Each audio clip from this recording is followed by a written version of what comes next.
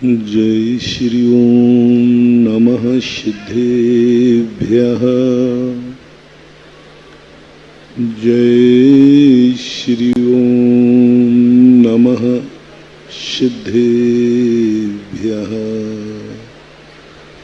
सर्वमंगलमांगल्यं सर्वकल्याणकारकं प्रधानं सर्वधर्माणां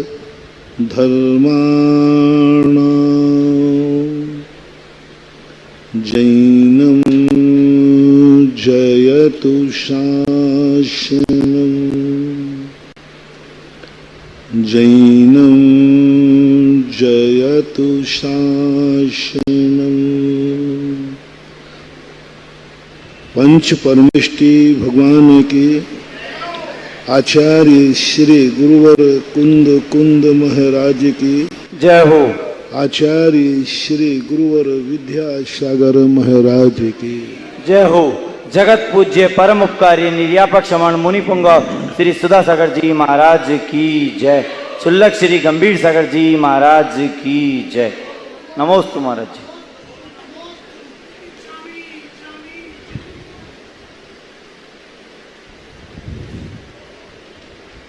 अतीत में किसने क्या किया है, अतीत में तुम क्या हो, धर्म उसका हिसाब नहीं रखता है। संसार कहता है कि अतीत में तुमने क्या किया है, अतीत में तुम कैसे थे, वैसा ही तुम्हें संसार में फल मिलेगा। जैन शास्त्रों में संसार को औदैक भाव कहा है। औदैक भाव का अर्थ होता है जो कुछ हमने अपने अतीत में किया है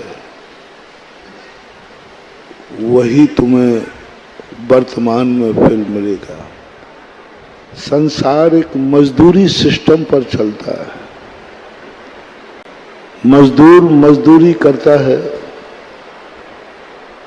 उसके अनुसार उसे शाम को पैसा मिलता है। ऐसा ही संसार में जीने वाले जितने लोग होते हैं, ये अतीत में उन्होंने कितनी मजदूरी की है, कितने अच्छे बुरे कार्य किए हैं, कर्म उन्हें वर्तमान में वैसा ही स्थान वैसी गति दे देता है। जो कुछ भी अपने पास है सब आज का नहीं है, अतीत का है। आज जो भी वर्तमान में हम दिख रहे हैं वो आज हमारे वर्तमान की कमाई नहीं है, अतीत की कमाई है। हम जहां से दौड़ते दौड़ते चले हैं उस दौड़ में जो हमने कमाई की है उसका फल तुम्हें मिला कि तुम आज जो भी हो अतीत के किए हुए कृत्य पर। यदि आप सुखी हैं तो आप अतीत के अच्छे आदमी थे, धर्मात्मा नहीं। अच्छे आदमी में और धर्मात्मा में अंतर है। वो धर्मात्मा की बहस अपन बाद में करेंगे। यदि आप कैसे थे कल तो हमें आज अपने आप को देखना पड़ेगा कि आज तुम अपने आप को कैसा महसूस करते हो। अपने आप को सुखी महसूस करते हो या दुखी, अपने मन को शांत महसूस करते हो या अशांत, अपनी जिंदगी से तुम खुश हो या नहीं, तुम जिस देश में रहते हो इस देश से तुम खुश हो या नहीं, ये निर्णय है। यदि आप वर्तमान में इस बात से दुखी हैं मेरा जन्म भारत में क्यों हुआ, तो आपके दुख का कारण है आपने किसी क्षेत्र को, अच्छे क्षेत्र को उजाड़ा होगा। अच्छे क्षेत्र के प्रति तुम्हारा परिणाम विकृत हुआ हो। अच्छे देश में तुम्हारा जन्म हुआ होगा, वहां की संस्कृति के विरुद्ध आपने आचरण किया होगा। उस देश का जो बहुत अच्छा देश था, अच्छे लोगों के लिए देश था, तुमने उसको गंदा किया होगा। उस देश के संस्कार तोड़े होंगे। कभी तुम अपने ही देश में अपराधी बने होंगे, कभी अपनी देश की अदालत में तुम्हें कोई सजा सुनाई गई होगी, कभी तुम अपने ही देश के जेल में बंद हुए होगे। क्यों मिला दुखदाई स्थान आपको? क्यों मिला गंदा स्थान आपको? क्यों नहीं आप उस स्थान से अपने आप को सुखमय महसूस कर रहे हो? क्यों तुम्हारे लिए ऐसा लग रहा है कि ये क्षेत्र मेरे लिए ठीक नहीं है? तो ये कोई वर्तमान का तुम्हारा पुरुषार्थ नहीं है, वर्तमान का कोई अभिशाप नहीं है।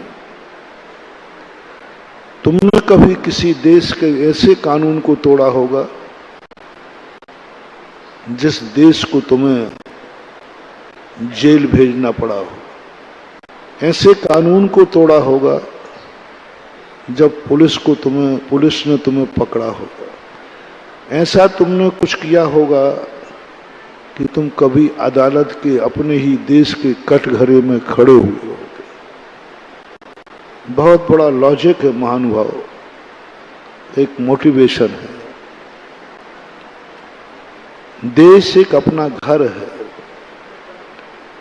हमारे देश को हम कल बोला था कि माता कहते हैं, वंदे मातरम। और जब माता के द्वारा ही हमें अपराधी घोषित कर दिया जाए, माता ही हमें दंड देने को तैयार हो जाए, माता को ही अपने बेटे को जेल में रखना पड़े, समझ लेना तुम्हारी यह जिंदगी, तुम्हारा यह देश, कितनी अच्छे देश में जन्म जाना, तुम कभी सुखी नहीं रहोगे। देश में भी वो स्थान गंदा मिलेगा तुम्हें कि तुम उसकी सफाई भी करना चाहो तो नहीं सफाई कर पाओ। तुम उसको साफ करना चाहो तो नहीं कर पाओगे। कर्म तुम्हें ऐसे स्थान पर देगा जहां तुम्हें गंदगी की बू आएगी। देखोगे तो गंदा देखेगे, सूंघोगे तो दुर्गंध आएगी, सुनोगे तो बुरे शब्द सुनने वाले चारों तरफ बैठे होंगे, चलोगे तो तुम गंदगी में चलोगे। उसका मूल कारण है तुमने कभी किसी पवित्र स्थान को अपवित्र किया था। किसी पवित्र स्थान, किसी अच्छे स्थान के लेकर के तुमने ऐसा गंदा किया कि उस गंदगी का प्रभाव उसकी पवित्रता पर पड़ा। और वो जिस लिए बनाया गया था उससे विपरीत कार्य तुमने वहां किया। जिसके लिए वो स्थान निश्चित किया गया था, वह स्थान तुमने उसका उपयोग नहीं किया। इसलिए किसी भी स्थान का चयन करने के पहले आप जो भी कार्य करना चाहते हैं करें, जो भी करना है करें।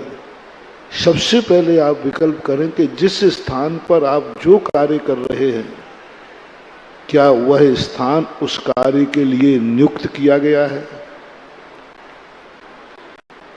वह कार्य कम से कम इतना अच्छा और पवित्र तो नहीं है जहां की हमारी खुद की गंदे कार्यों से वो अपवित्र हो जाए। हमें देश में जन्म लेने के पहले एक बात का सबसे पहले ध्यान रखना चाहिए, इस देश की संस्कृति क्या है, ये देश किन के लिए बनाया गया है। दुनिया में जितने भी स्थान हैं सब संकल्पित है। 3 लोक में एक भी स्थान नहीं है जिसका किसी ना किसी कार्य के लिए रजिस्टर्ड ना हो। हर चीज की रजिस्ट्री है, हर चीज को संकल्पित किया, कौन कहां रहेगा, किसकी स्थिति कहां बनेगी, ये प्रकृति ने अपने आप सब बंटवारे किए। नीचे से उन्होंने बंटवारा किया कि जिसको लिए आज तक कोई संस्कार नहीं मिला, आज तक जिस व्यक्ति को कभी अच्छे लोगों की संगति नहीं मिली, ऐसे लोगों के लिए निगोद स्थापित किया है। जो व्यक्ति इतना पाप करते हैं, इतने कि न स्वयं शांत रहते हैं, न दूसरों को शांत रहने देते हैं, ना स्वयं सुख से रहते हैं, ना दूसरे को सुख से रहने देते, ना स्वयं पवित्र हैं, ना दूसरे को पवित्र रहने देते, ना स्वयं अच्छे हैं, ना दूसरों को अच्छा बनने देते। ऐसे लोगों के लिए प्रकृति ने नरक बनाया। ऐसे लोगों के लिए मध्यलोक बनाया, जहां जो अपनी गलती को सुधारना चाहते, जो सुधरना चाहते, जिनके मन में ये भाव है कि नहीं मैं आज अच्छा आदमी बनना चाहता हूं, उनके लिए मध्यलोक रखा। जो अच्छे आदमी थे, जिन्होंने हमेशा संस्कारों का, संस्कृति का ध्यान रखा, उनको स्वर्ग की व्यवस्था बनाई गई। निश्चित किया गया यहां स्वर्ग के लोग रहेंगे और मोक्ष का आपको सबको मालूम है, सिद्धालय रहेगा जो महान पवित्र। तो हमें सबसे पहले कोई कार्य करने के पहले ये बात पर विचार करना है कि तुम कौन हो। किसी कार्य के लिए मना ही नहीं कर रहा हूं, तुम्हें जो पाप करना है करो, जो पुण्य करना है करो, तुम्हें जो करना है सब करो, क्योंकि दुनिया में जो कुछ भी है सब कोई ना कोई तो करता ही है। शराब है तो कोई ना कोई तो पिएगा, अपराध है तो कोई ना कोई अपराध करेगा, जीवन है तो कोई ना कोई मौत के घाट उतारेगा, मित्र है तो कोई दुश्मन भी है। पुण्य कर्म की क्रियाएं हैं तो पाप कर्म की क्रियाएं कोई ना कोई तो करेगा। पूज्यवर पूज्यपाद स्वामी ने लिखा, संसार का ऐसा कोई भी कार्य नहीं है जो आज तक किसी ना किसी ने ना किया हो, ना कर रहा हो और ना करेगा। ऐसा कोई कार्य अभी तक नहीं। जितने भी बुरे कार्य, बुरे से बुरे कार्य क्यों ना हो, अतीत में हुए हैं, वर्तमान में हो रहे हैं, भविष्य में होंगे। यदि पूज्यवर उमा स्वामी महाराज तत्वार्थ सूत्र के दूसरे अधिकार में इस बात का संकेत दिया, और पूज्यवर पूज्यपाद स्वामी ने सर्वार्थ सिद्धि में पंच परावर्तन में तो स्पष्ट खोल ही दिया कि तुम ये मत समझो कि कुछ कार्य संसार के बाकी हैं, सब हो चुके, सब हो रहे हैं। और जब गजब तो जब हुआ जब व्यक्तिगत हिसाब पूज्यपर पूज्यपाद स्वामी ने रखा, तो उन्होंने स्पष्ट कह दिया कि तुम अपने आप को किसी पाप कार्य से बरी मत मानना। संसार में ऐसा कोई भी बुरा कार्य नहीं है जो इस आत्मा ने न किया हो। सब नहीं, एक भी नहीं। जितने सिद्ध बन गए वो भी, 24 तीर्थंकर थे वो भी, ऐसा कोई व्यक्ति नहीं है जो संसार में प्रत्येक पाप को अनंतों बार न किया हो, बुरे कार्य को न किया हो। कुछ अपवाद मार्ग आते हैं। 20 कोड़ा कोड़ी सागर वर्ष में मात्र 923 पुत्र ऐसे निकले भरत चक्रवर्ती के, जिन्होंने संसार की इस नियत को टाल दिया। पंच परावर्तन नहीं किए उन्होंने, सीधे आकर के वो मनुष्य बने और उसी भाव से उनको मोक्ष की प्राप्ति हो गई, मुनि व्रत धारण करके। 20 कोड़ा कोड़ी सागर वर्ष में मात्र 923 का उल्लेख मिलता है। बाकी सब जितने हैं, चाहे वो ऋषभदेव हो, चाहे आदिनाथ हो, चाहे महावीर स्वामी हो, कोई भी हो, हम और आप सभी हो, एक भी कार्य नहीं है जो हम करके ना आए। इसलिए स्वयं ने भी किया है और कोई ना कोई आज भी कर रहा है। कोई भी पाप खाली नहीं होता। संसार का अंतराल नहीं है, मोक्ष मार्ग का अंतराल है। कोई मुनि नहीं बनेगा तो 6 महीने तक कोई मुनि नहीं बनेगा। कोई मोक्ष नहीं जाएगा तो 6 महीने तक नहीं जाएगा। लेकिन संसार में ऐसा कोई भी नहीं है जो एक भी क्षण कोई ना कोई पाप न करता हो। पुण्य का अंतराल है, पाप का अंतराल नहीं है। अच्छे कार्यों का अंतराल है, बुरे कार्यों का अंतराल नहीं है। शुद्ध उपयोगी का अंतराल है, अशुभ उपयोगी का अंतराल नहीं है। सम्यक दृष्टि का अंतराल है, इस मिथ्या दृष्टि का अंतराल नहीं है। इस पृथ्वी में कोई शांतर मार्गना है तो वो है पाप की और पापियों की, कसाई की और कसाईयों की, रागियों की और राग की, देश की और देशियों की। इसमें कभी भी अंतर नहीं पड़ा, कभी अंतर नहीं। संसार कभी अवरुद्ध होने वाला नहीं। प्रति समय अनादिकाल से जन्म लेते आए और मरते आए। आज तक कभी एक समय भी ऐसा नहीं आया जिस समय किसी भी जीव का जन्म ना हुआ हो। ऐसा भी समय नहीं आया कि किसी जीव का मरण ना हुआ हो। अनंत जीव मरते हैं। अनंत जीव, सबसे छोटा समय होता है 3 समय का। विग्रह गति में भी निरंतर अनंत जीव अनादिकाल से एक समय को विग्रह गति खाली नहीं हुई। एक समय के लिए 1 सेकंड में असंख्यात समय होते। एक समय भी नहीं गया कि आज विग्रह गति खाली है, कोई मरण को प्राप्त हुआ ही नहीं। प्रति क्षण मर रहे। इसलिए हमें ये नहीं सोचना है कि संसार का क्या होगा। संसार तो सदा से होता आया है, हो रहा है। अब यदि तुम्हें थोड़ा सा ज्ञान हुआ हो, थोड़ी सी कुछ संगति मिली हो, थोड़ा सा किसी पुण्य कर्म ने तुम्हारा साथ दिया हो, तो पहली बात तो पुण्य कर्म हमारा साथ बहुत देता है, लेकिन हम उसे पुण्य मानते नहीं। बहुत बार मौका देती है प्रकृति हमें सुधरने का, पुण्य का, लेकिन हम उस पुण्य को भी पाप में परिवर्तित कर देते हैं। हमें अच्छा स्थान मिलता है, प्रकृति देती है, लेकिन हम उसे भी गंदा कर देते हैं। ऐसा गंदा कर देते हैं,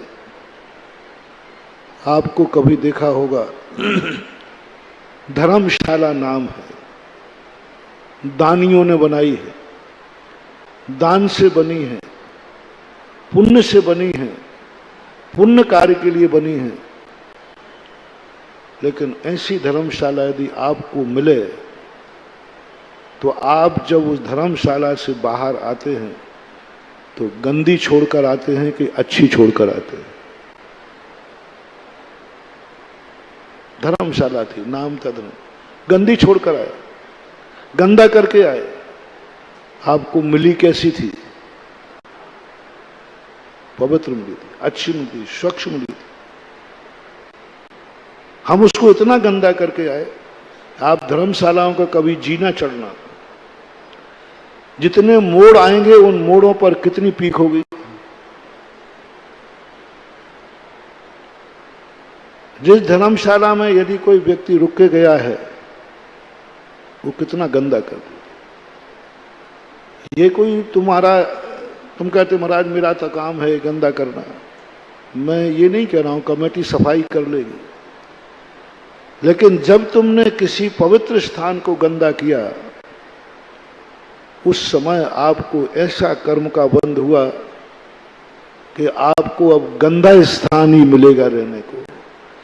क्योंकि अच्छा स्थान दिया था उसे गंदा कर दिया, तो कर्म कहता है इसे गंदा स्थान दो, ये गंदगी में रहेगा, ये गंदगी का कीड़ा बनेगा। मनुष्य भी बनेगा तो नाली के किनारे इसको फुटपाथ मिलेगा, गंदगी मिलेगी। ये कोई ऐसे ही नहीं मिल जाता है। ये जो गंदगी के किनारे लोग पड़े रहते हैं, जहां से अपन निकलना भी बर्दाश्त नहीं करते, निकलना भी बर्दाश्त नहीं करते, इतनी दुर्गंध आती है। वहां पर सैकड़ों लोग पड़े रहते, उनके बच्चे खेलते रहते। कौन है? मानो वो भी है, वो भी किसी माँ बाप के बेटे हैं, वो भी अच्छे स्थान पर रहना चाहते हैं, लेकिन क्यों नसीब नहीं है? उन्होंने कभी किसी पवित्र स्थान को गंदा किया था, किसी पवित्र स्थान में गंदगी फैलाई थी, पवित्र स्थान को ऐसा गंदा करके गए थे। जो गंदगी की जाती है वो तो करोगे, लेकिन तुम तो ऐसी गंदगी करके गए, वो तो आप लोग ही देख लो, आप लोग किस ढंग की हालत करके जाते हैं। तो एक धर्मशाला का उदाहरण देकर मैं देश को समझाना चाह रहा हूं।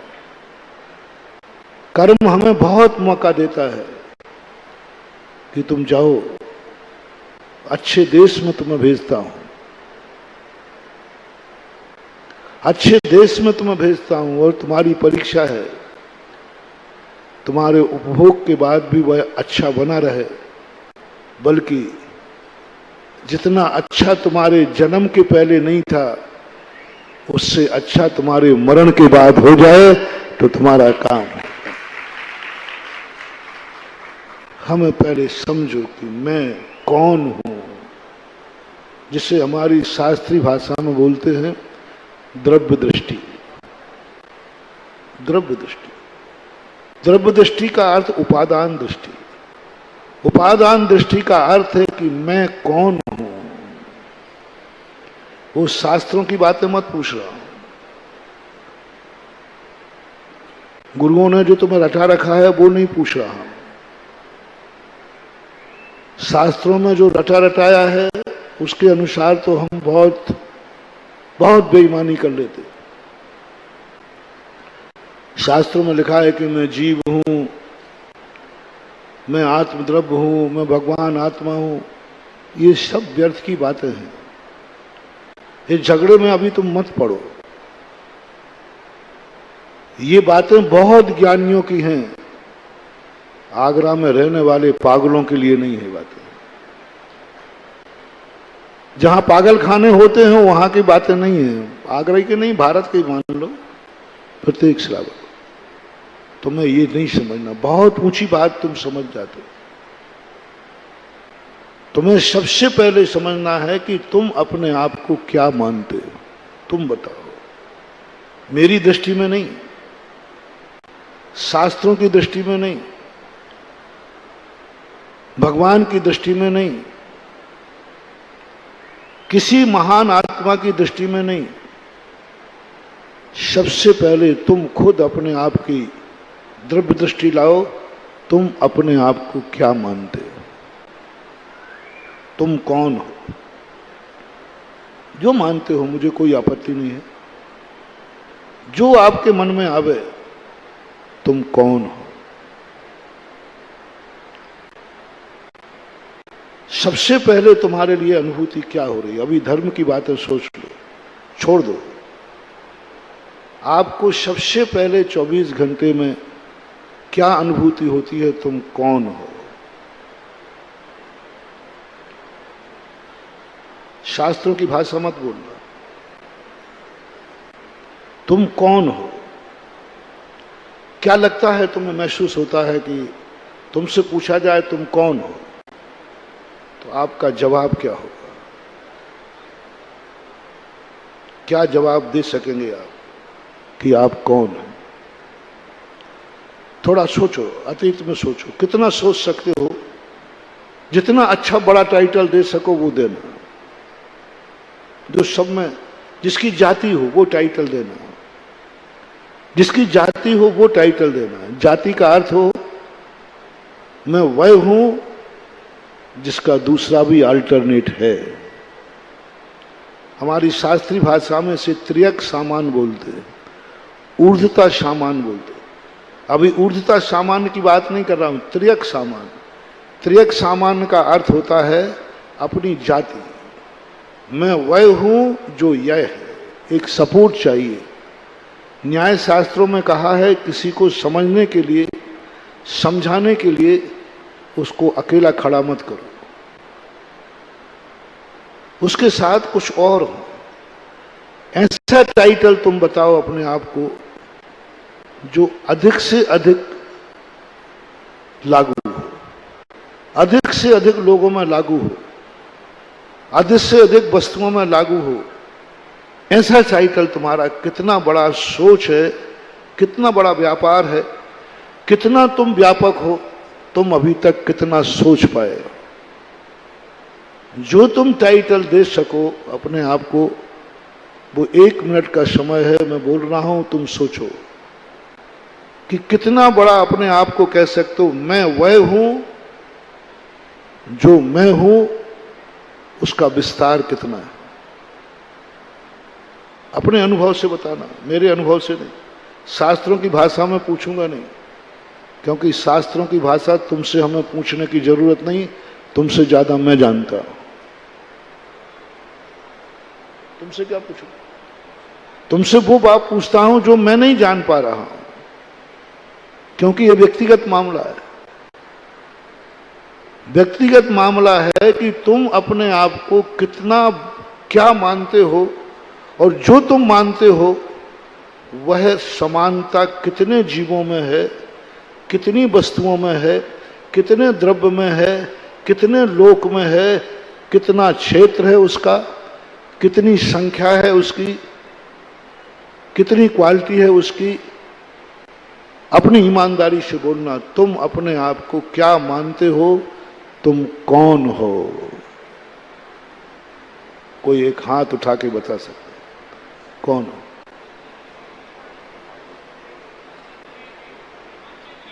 जीव,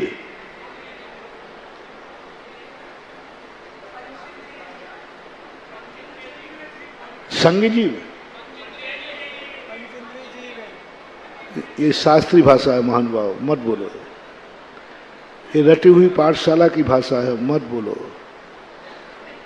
ये शास्त्रों की कहानियां हैं, मत बोलो। यदि शास्त्रों की भाषा तुम्हें समझ में आ गई होती तो आज मुझे प्रवचन देने की जरूरत ही नहीं पड़ती। शास्त्रों की भाषा तुमने रट ली है तोता के समान, तुम्हारा श्रद्धान नहीं है। ये कहने की बातें हैं कि हमारा भगवान पर श्रद्धान है, हम भगवान को मानते, कुछ नहीं है। रटी रटाई बातें हैं, थोप दी गई हैं परिवार के द्वारा, पूर्वजों के द्वारा, हम साधुओं के द्वारा थोपा गया है। भगवान मानो, भगवान है। डरा दिया, धमका दिया। देख ले, भगवान को नहीं मानेगा तो दुर्गति में जाएगा, नरकों में पड़ेगा। तुम घबरा गए। तुम अरे महाराज जी जा रहा हूं मंदिर, जा रहा हूं। हाँ, एक आतंकवादी धमकाता है, निकाल नहीं तो फिर ध्यान रखना। ऐसे हमने तुम्हें धमका रखा है, मंदिर जाता है कि नहीं, नहीं तो दुर्गति में पड़ेगा। ऐसे जम के तुम्हें दुख दिखाए, ऐसे जम के दुख दिखाए, तुम्हारी आत्मा कांप गई, तुमने चावल उठाए और मंदिर चले आए। बेफालतू बातें मत करो, ये धमकी है तुम्हारी, ये तुम डरे बैठे हो। भयासा स्नेह लोभाश, डर गए हो। बच्चे जैसे डर गए, रात में खाओगे तो सींग निकल आएगा। उसने कहा मम्मी नहीं खाऊंगा, वो रात्रि भोजन नहीं छोड़ रहा है, वो सींग से डर रहा है इसलिए छोड़ रहा है। 99% लोग धर्म डर से छोड़े बैठे, नरकों से डर रहे हैं, दुर्गति ना हो जाए, क्योंकि होती भी है। आतंकवादी या अपहरण करने वाला व्यक्ति धमकी देता है कि सही में कर देता है? हैं? सही में कर देता है, तभी तो तुम ले जाते हो। यदि तुम्हें यह पता चल जाए कि वो तो आतंकवादी है, धमकी दे रहा है, तो तुम पैसा लेके पहुंचोगी नहीं। लेकिन तुम्हें मालूम है कि नहीं, यदि गड़बड़ हो गया तो वो मार डालेगा, वो धमकी नहीं दे रहा है। आतंकवादी और धर्म कभी धमकी नहीं देते, ये ध्यान रखना। डाकू और साधु कभी धमकी नहीं देता, ये ध्यान रखना। कभी भी किसी पापी की, किसी दुष्ट की, किसी भी घोषणा को धमकी मत मानना, क्योंकि वो पापी है। किसी आतंकवादी की धमकी मत मानना, किसी अपहरण करने वाले की धमकी मत मानना।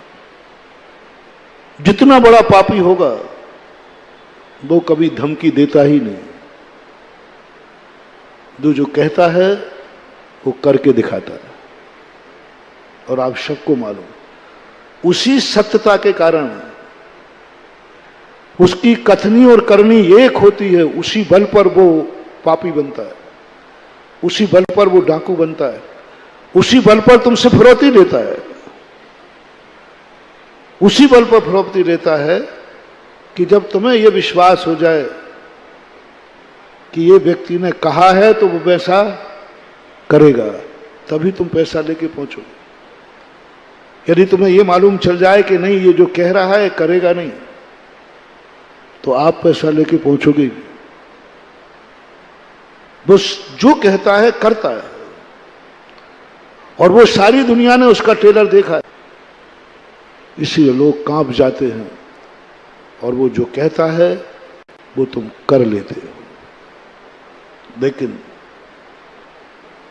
जब हम उसे नैतिकता की कसौटी पे कसते हैं, तो वो पैसा तुमने दिया नहीं है, वो पैसा तुम्हें देना पड़ा भय के कारण, इसलिए वो पाप है।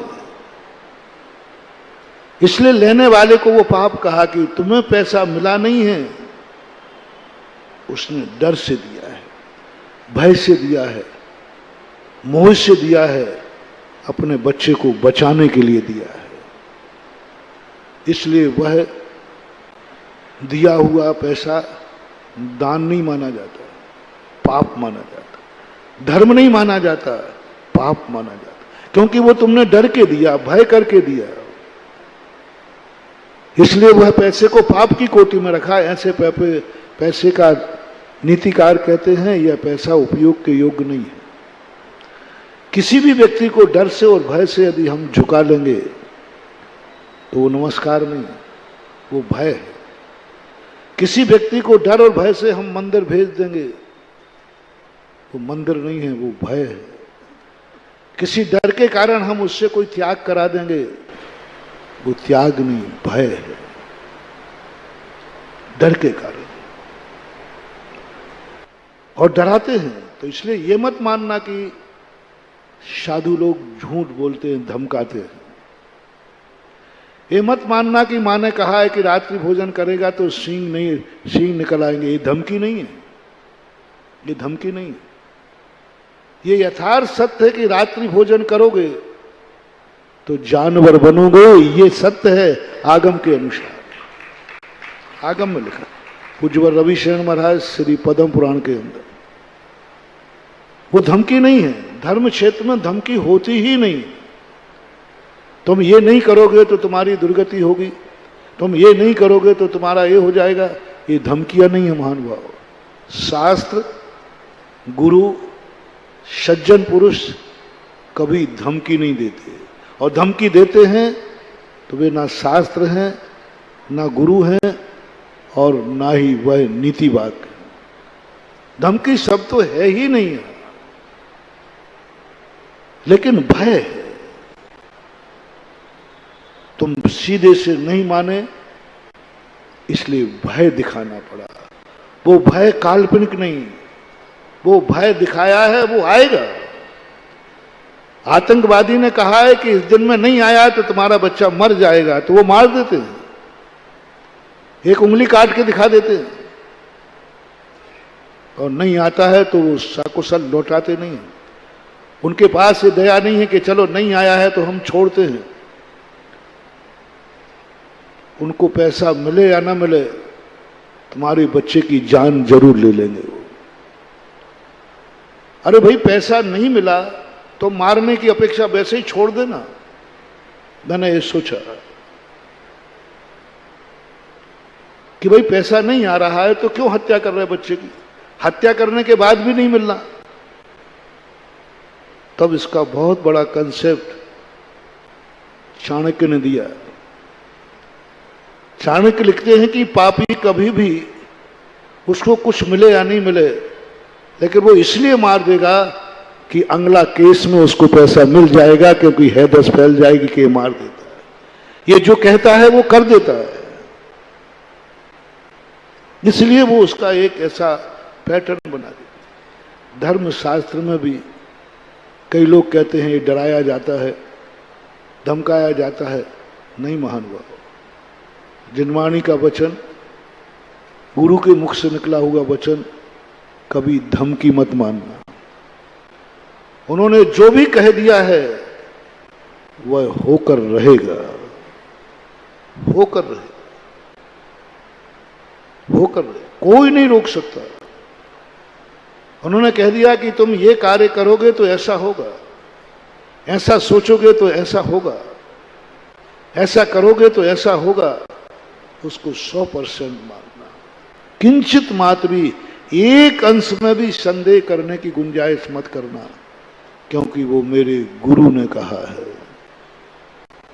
मेरे शास्त्र ने कहा है, मेरे भगवान ने कहा है, मेरे गार्जियन ने कहा है, मेरे माँ बाप ने कहा है। पहला निर्णय करो, आपकी जिंदगी का गार्जियन कौन है? किससे बनाया जाए गार्जियन? कौन है तुम्हारी जिंदगी का गार्जियन? जिसके वचनों पर कभी संदेह ना हो, कभी संदेह ना हो, और ये अंदर से विश्वास हो कि यहां से जो कुछ कह दिया गया वही होगा, वही सत्य है। तो अब उन्होंने क्या कहा क्या नहीं कहा कोई मतलब नहीं, एक बार ये विश्वास करके देखना, दोनों पर ये विश्वास करना, पापी पर और धर्मात्मा पर। हम दो विपरीत व्यक्ति लेके चल रहे हैं। पापी के ऊपर विश्वास करना, जितना बड़ा पापी हो, इसने कह दिया है ये करेगा, उसने कह दिया है कि हम फलाने स्थान पर इसमें आएंगे, नाका डालेंगे, ये करेंगे, वो करेंगे, वो कर लेगा, क्योंकि पापी है। उसकी क्वालिटी आप पहले तय करो, वो कितनी हद तक पापी है, कितने हद तक वो निकृष्ट है, कितने हद तक उसका मन दुष्ट है। इसका पूरा एक पापी का लक्षण शास्त्रों में कहा। और यदि तुम्हारी दृष्टि में आ जाए कि ये 100% पापी है, इसका मन पापी है, इसका वचन पापी, इसकी काया पापी, इसका परिवार पापी, इसकी संगति पापी, इसका सोच, सब कुछ इसका बुरा ही बुरा है, इसकी जिंदगी में कुछ अच्छा है ही नहीं, बस बंधु उस व्यक्ति के संबंध में आप कभी संदेह मत करना। उसने जो कह दिया है वो करेगा, क्योंकि वो पापी है। हेतु क्या बना रहा हूं? क्योंकि वो पापी है। और पाप का तुमने थर्मामीटर तय कर लिया कि इसके जीवन में कहीं से कोई धर्म नहीं है और वो पापी है, उसकी किसी भी बात पर संदेह मत करना, क्योंकि वो पापी है। यदि तुमने संदेह किया तो तुम अपना बेटा खो दोगे, हो सकता है तुम्हारी जिंदगी खो जाए, जिंदगी खो जाए। उसकी जिंदगी में ऐसा होता है क्योंकि उसको कोई फर्क नहीं पड़ने वाला, ना उसे कानून है, ना कोई धर्म है, ना कोई अदालत है, कुछ नहीं, उसे तो कुछ है ही नहीं। इस उदाहरण को इसलिए दे रहा हूं कि कई बार आपकी जिंदगी का नाश पापी कर देता है, आपकी जिंदगी का सुख चैन पापी छीन लेता है। कई बार पापी आपकी जिंदगी में आकर आपका नाश कर देता है और आप उसको केयर नहीं कर पाते। जब पता चलता है, जब वो तुम्हारा नाश कर चुका है, जब पता चलता है। मैंने कई बार सुना चुका हूं, जयपुर की एक घटना है। एक व्यक्ति के यहां चोर घुसा। वे चोर बड़े खूंखार थे, शस्त्र था उनके हाथ में, और वो एक दंपति के घर में घुसे। 3 व्यक्ति थे, वो पति पत्नी और बेटा, और वो दोनों को कह रहे थे चाबी लाओ, हमारे लिए लूटना है, और मार रहे थे। वो चाबी देने को तैयार नहीं थे। एक ने उस पुरुष की गर्दन पकड़ ली, बोले चाबी देता है कि नहीं तो मैं तेरे प्राण ले लूंगा। बच्चा जाग गया। बच्चे ने कभी महाराज की वाणी सुनी होगी, उसने कहीं नीति वाक्य पढ़ा होगा कि पापी की बातों पर धमकी मत समझना, पापी जो कहता है वो करता है। बस उसके मन में ये भाव आया, इसको क्या लगना, थोड़ा जोर से दबा देगा मर जाएगा। देखो माता पिता नहीं समझ पाए, वो डाकू से भिड़ रहे हैं, हम चाबी नहीं देंगे, और पिट रहे। अंत में जैसे गला पकड़ा, बोले देता है कि नहीं तो मार डालूंगा। बच्चे के मन में ये नीति जागी, भाव जागा, पापी है, डाकू है, दुष्ट है, इसको कोई फर्क नहीं पड़ेगा, कोई फर्क नहीं पड़ेगा। इसकी भाषा, इसका चेहरा बहुत पापमय है।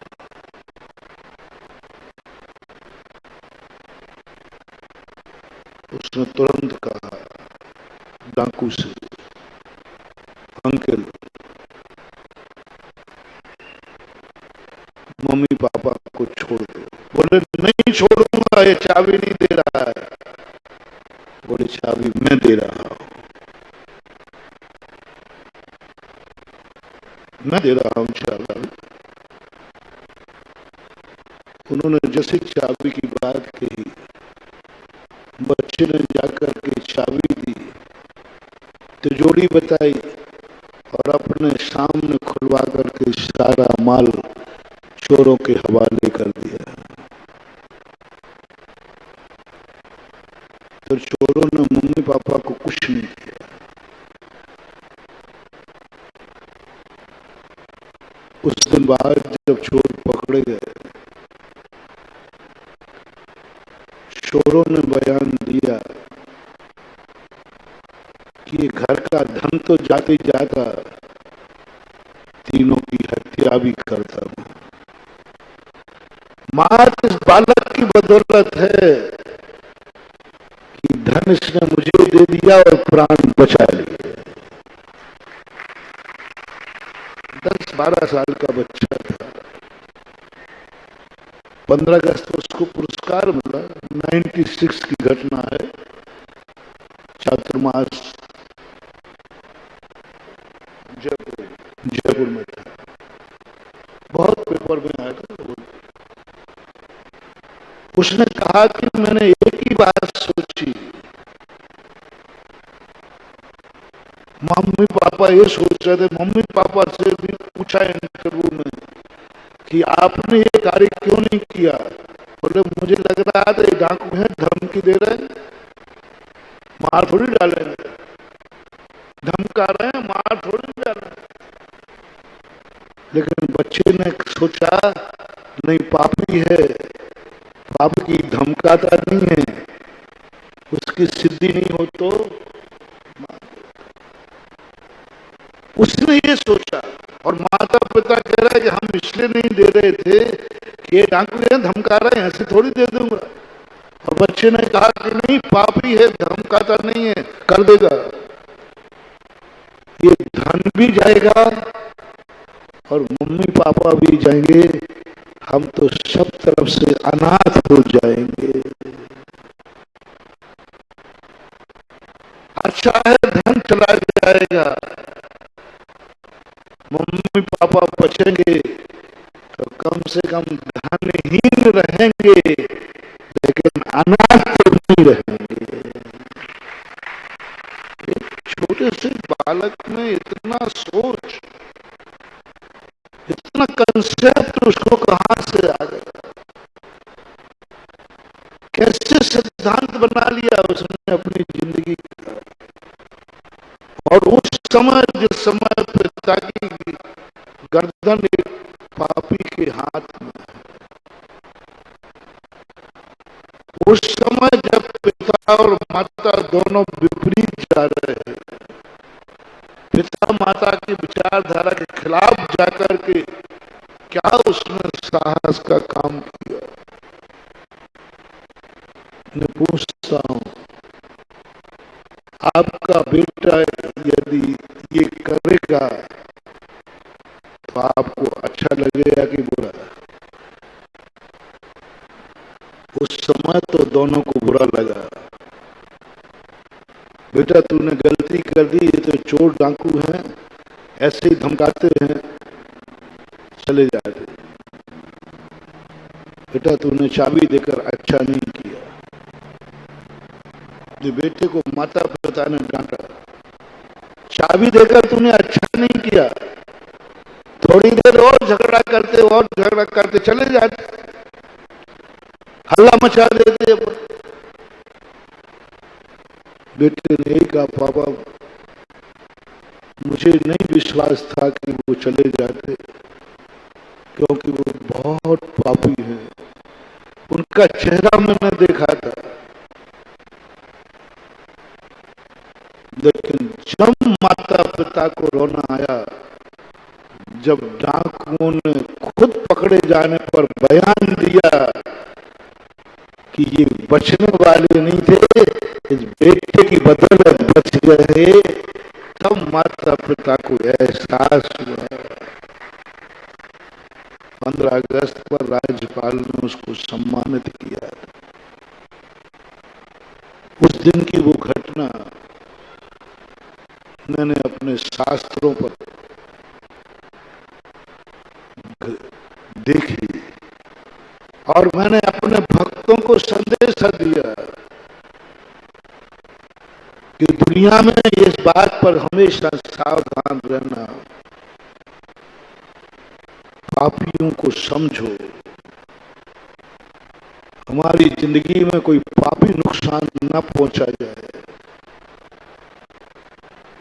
नुकसान तो होगा, होता रहता है। हमारा नुकसान हो तो किसी धर्म के कारण हो, हमारे प्राण निकले तो किसी धर्म के लिए मरूं, किसी पापी के हाथ से नहीं। धर्म के लिए मरूं, धर्मात्मा के लिए मरूं, अपनों के लिए मरूं, अपनों पर मरूं, अपने लिए मरूं।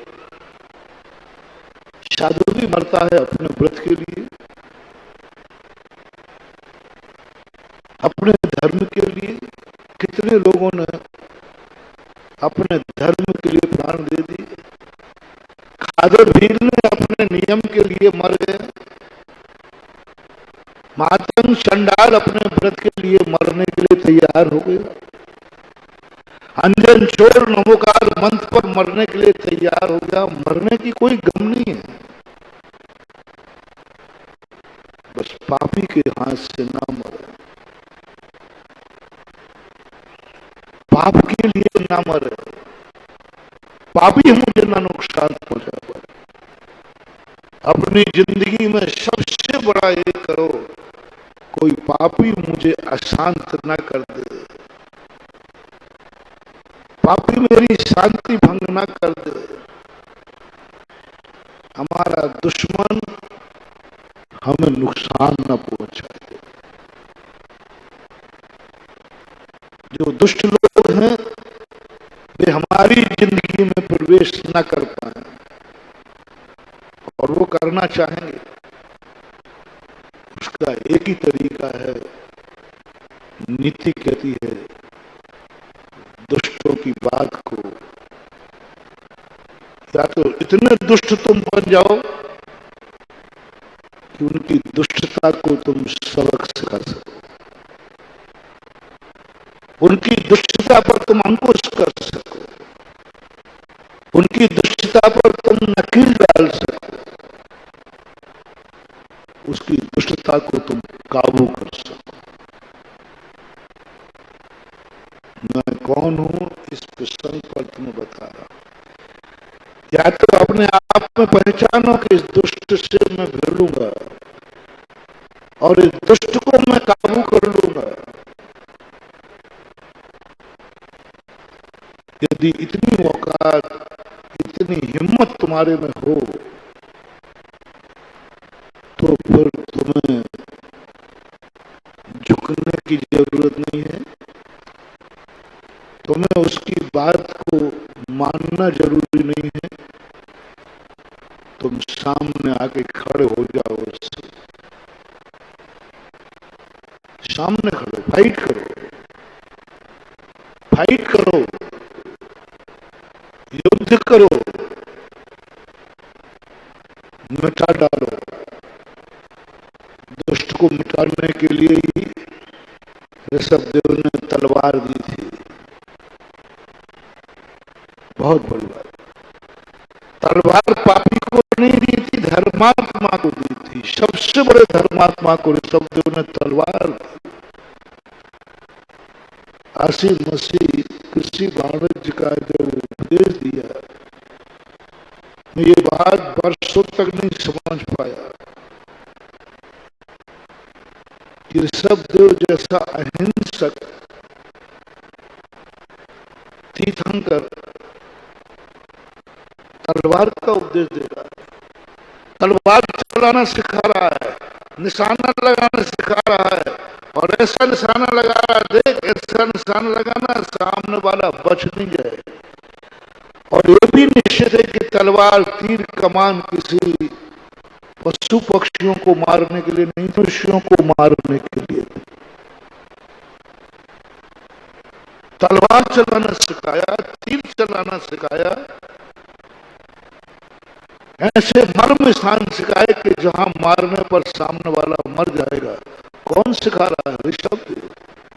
तलवार चलाना सिखा रहा है। तलवार जब भी चलेगी कोई ना कोई कटेगा, बचने वाला नहीं, बचने वाला नहीं। तलवार जब भी चलेगी कोई मरेगा। ऋषभदेव जानते थे, अवध ज्ञानी थे, उनसे भूल नहीं हो सकती, वो गलती नहीं कर सकते। और सबसे बड़ा उन्होंने कहा कि संसार में जो सबसे बड़ा धर्मात्मा हो, सबसे अच्छा आदमी हो, सबसे बड़ा शक्तिमान हो, उसको तलवार दी। अच्छा है, 3 वर्णों में 3 वर्ण की स्थापना की, क्षत्रिय, वैश्य और शूद्र। सबसे श्रेष्ठ वर्ण था क्षत्रिय वर्ण। जो सबसे अच्छे लोग हैं वो तलवार चलाना सीखेंगे। अच्छे लोग, अच्छे लोग तलवार चलाना सीखेंगे, अच्छे लोग मार काट करना सीखेंगे, अच्छे लोग सीखेंगे सामने वाले को कैसे मारा जाता है। जियो और जीने दो वाला धर्म है। और शब्द कहते हैं अच्छे लोग सामने आओ। उनको उन्होंने क्षत्रिय कहा, अधर्मी को, पापियों को शस्त्र नहीं दिया। दो वर्ण वाले नीचे वाले थे, उनको शस्त्र नहीं दिया, क्षत्रिय को दिया कि क्षत्रिय। और ये उपदेश कहा, ये तलवार दुष्टों के नाश करने के लिए है। और दुष्टों का नाश करना, आपको हिंसा का दोष नहीं आएगा, आप हत्यारे नहीं कहलाओगे, आप धर्म के और देश के रक्षक कहलाओगे।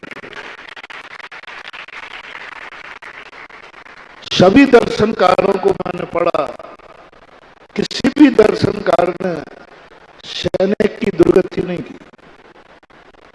सैनिक को देश रक्षक कहा। किसी भी देश का सैनिक हो, सैनिक की कभी दुर्गति नहीं हो।